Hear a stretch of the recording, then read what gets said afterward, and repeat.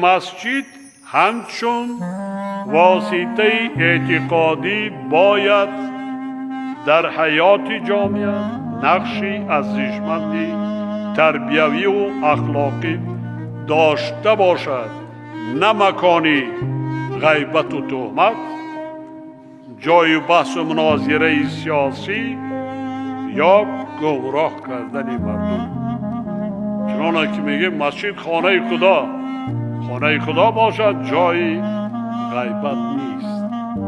خداوند در آیت 9 سوره جمعه قرآن کریم آداب مسجد را صراحتاً بیان نموده است